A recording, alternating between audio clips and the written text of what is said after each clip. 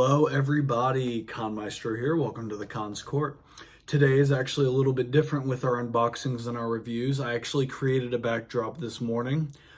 Spent some time, decided to do something a little different, took out some paint markers and things of that nature, and I got a poster board to make a backdrop for it. Obviously, it's nothing super crazy. It's just a goofy little backdrop that says the Con Maestro, but I'm going to go ahead and use this for some of the Marvel unboxings and things that I'll be using.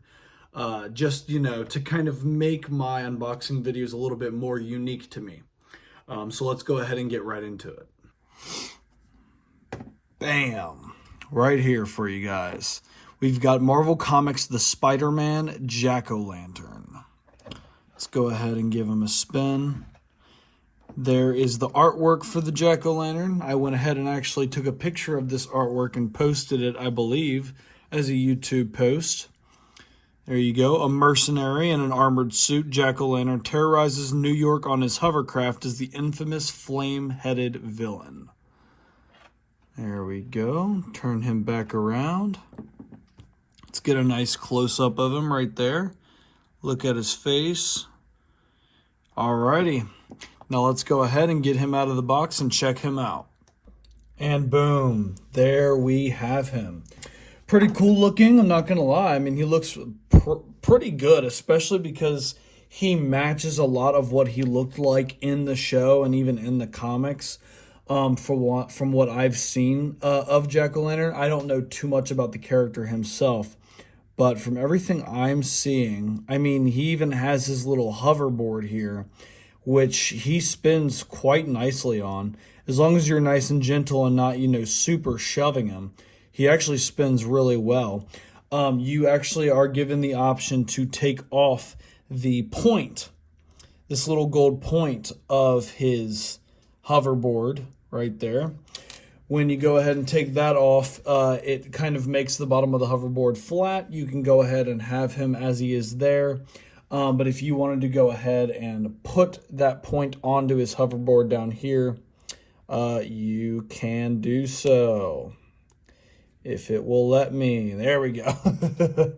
And there you go. Now it's actually comic accurate, but very easy to pop off, as you just saw. You just pop it off as is. You put him back up the way that he was, and boom, he stands up on his own pretty well. I like that very much. Can he totter and, fall over easy if I was to shake the table? Probably, but I'm not going to do that. But yeah, I mean, see, I barely tapped him a little bit and he fell over. So it's not the most stable thing. If you were going to go ahead and put him up on display in your collection as this, I would be just a little bit careful with that. I would just be a tiny bit careful when I would do that. Zoom out a little bit just so you could see everything. All in all, really good figure. I mean, the design's really good. I love the flames. The flames are very transparent. They look very nice. I like that very much on him. Face looks really well done. I mean, I really, really like this figure. Very, very much. It's a very, very cool figure. He even comes with the explosives that go around. I believe they're either gas pellets or they're explosives. I can't exactly remember all about, what Jack-O-Lantern's about. I do believe they're explosives from what I can remember. I mean, it's like anything else, the Green Goblin or the Hobgoblin. They all had explosive balls. They all were kind of a part of the same group. They were all a part of that like Halloween-y type group. So you had the Green Goblin, you had the Hobgoblin, you had all of them. But he was another one of them. You also have fists that he comes with as accessories. As you can see here, he comes with one grabbing hand where he can hold on to the explosive, and he can also take that explosive ball off. And there's a little peg on his belt that allows him to place that there. If you did not want him holding it while you are displaying him or having him for whatever reason, then you could just go ahead and put it on his belt. Other than that, that is about all that the figure comes with. The figure itself is just really, really good. The scales on his armor is really well detailed. It even shimmers and shines and has, as I turn, you could probably see the light reflect off of it. I mean, it's done really well. Everything looks really high quality and nice, especially for these type of figures. Marvel Legends and things of that nature, they do pretty well with their action figures. But when you get to like the normal Marvel Comics action figures that they have, from Hasbro, 9 times out of 10, sometimes the older designs kind of make the figures look bad. You know what I mean? They don't add a little bit of a design, I would say, twist or little critique to it, to kind of make it look better in physical form, because everything can look good on paper or on drawing, especially when you're doing it for like animation. But when you add it into actual real life, into materials such as plastic and things of that nature, sometimes stuff will not come out or look as good as it does on the paper. And they did a very, very good job of making his figure look just the way that I would imagine it. The pumpkin head itself is really, really good.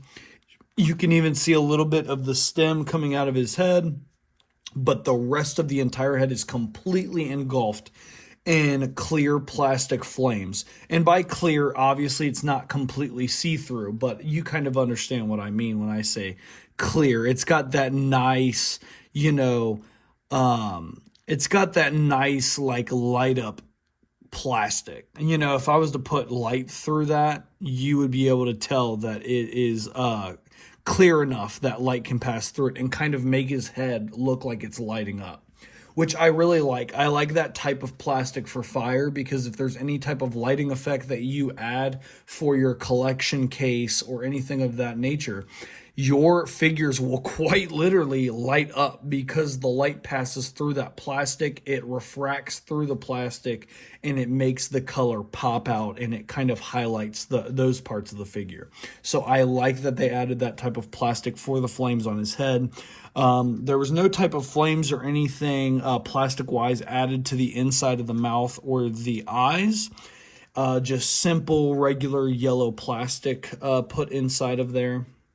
And like I said, for the pumpkin face is done really well. Lots of details, lots of different shadings of orange and yellow, and maybe even a little bit of like reddish hues, to kind of give it that very realistic pumpkin type look, while also keeping it very comic accurate. The green for the rubber boots and the gloves look really, really good. I feel like they match the rest of the costume very, very well, even though it is not the same material as the armor that he has on his chest and torso. I feel like it matches very well for being two different materials and two different designs and styles. And it blends really well into the dark green color of the material that, Jack-o'-lantern wears. I think it translated very well over into action figure. I think they did a very good job. He does have ab crunch. He's got wrist rotation, and his wrist can bend up and down. He's got ankle rotation, and it can also side by side. It can twist. It can go forward and backward. He's got obviously knee joints, and he's got hip rotation. He's got the thigh rotation. Thigh rotation. He's got his hip rotation and different movements like every other figure. He has his waist rotation with the ab crunch, and his shoulders also can go in and out, closing in and out. As you can see, I can close it in. Oh, just like I told you, sometimes he won't be stable. You can close in, or you can spread them out for the arms to go out on the shoulders there. The shoulders moving up and down, as you can see there. He has elbow joints, obviously, and like I said about the wrist, the rotation, they bend up, they bend down. Head rotates, it moves up, it moves down, a pretty decent bit. A nice open joint under that pumpkin head. I could actually probably pop it off and show you. Nice open space of clearing for the plastic to allow that to move. You could pop that off and take off his little scarf there. The scarf, I think, is a really good design for him, which is really why I think Pumpkinhead, or sorry, Pumpkinhead. I keep saying Pumpkinhead, Jack-o'-lantern. Why I think Jack-o'-lantern's design is really well done is because I feel like everything about him looks really, really good. I mean, just his design in general was really, really good. And then obviously them doing this for the figure, I feel like they did really, really well. I enjoyed a lot. I like it a lot. Coming over to the actual hoverboard itself, as you can see, he does really well standing on his own too. Hoverboard looks really nice. I wish they had added a fire effect to allow him for, if you were to set it down and have him on top of it, like a fire effect to hold it up would be really, really cool. Kind of like what they did for MODOK on his boosters underneath his rocket chair. This is a very similar type of mold. I feel like they could have figured something out as well for that. I would have very much enjoyed that, but they did not. Little pegs here for him to stand on, obviously, and go into his feet. Very plain and simple design, but I feel like that's perfect for the comics that he came from and the show that he came from. I think it does really well. And like I said, you just pop that in. The point on the hoverboard, really goes on there, and it looks really nice. Kind of looks like a sombrero. Looks like a sombrero. I never saw that until I just put that on. Sombrero. Hola, amigo. But looks really good. Nice. I like that you could pop it off to make it nice and flat so that he could stand on it. And like I showed you, you just go ahead and put the pegs into the holes on his feet, and voila. Stands perfectly. Really good. Really nice. He will fall over. I will say that. I mean, this isn't, it's on a little, it's on that. That's all it's holding it up. It's not a really big base. It's big enough to hold him up so that he could stand there, but I would be careful about posing him in different positions because he could very easily fall over if you are going to have him on the hoverboard. If not, then I wouldn't worry too much about it. I don't know if I will have him with the hoverboard. I'm going to go ahead and try it at first, but if he seems to fall over a lot when I have him on my shelf for my collection, I'm going to go ahead and put the hoverboard up into storage and kind of get that out and put that into the inventory that I have with all the other tools, weapons, and accessories that all my action figures have. But if I was to go ahead and rate this action figure, I would have to give this figure a, honestly, for who Jack-o'-lantern is, and forgive me if I keep on saying Pumpkinhead, I'm just used to saying Pumpkinhead because he looks a lot like the horror character Pumpkinhead.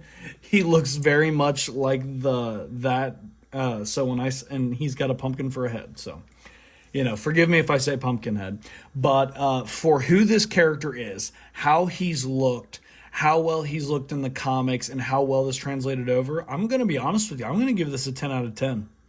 This is a 10 out of 10 Jack-o'-lantern figure. I don't think you could have really done too much better with Jack-o'-lantern. There's not a whole lot more to Jack-o'-lantern, to be honest with you.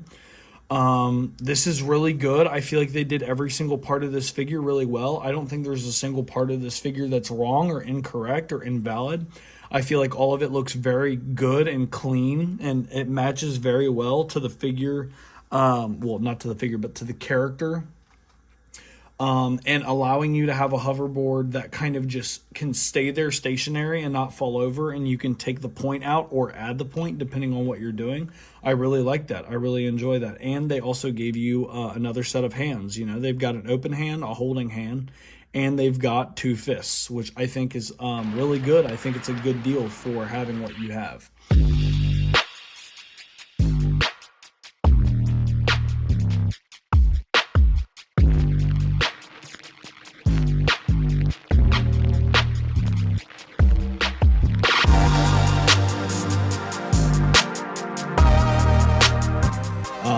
Yeah, like I said, I'd give this figure a 10 out of 10, guys. I mean, this is a really good figure. If you want to go ahead and get yourself a Jack-o'-lantern figure, this is your guy. I mean, this is the best one that I've seen so far for him. And honestly, I think it's the only one I've seen for him so far. I think this is a really good figure.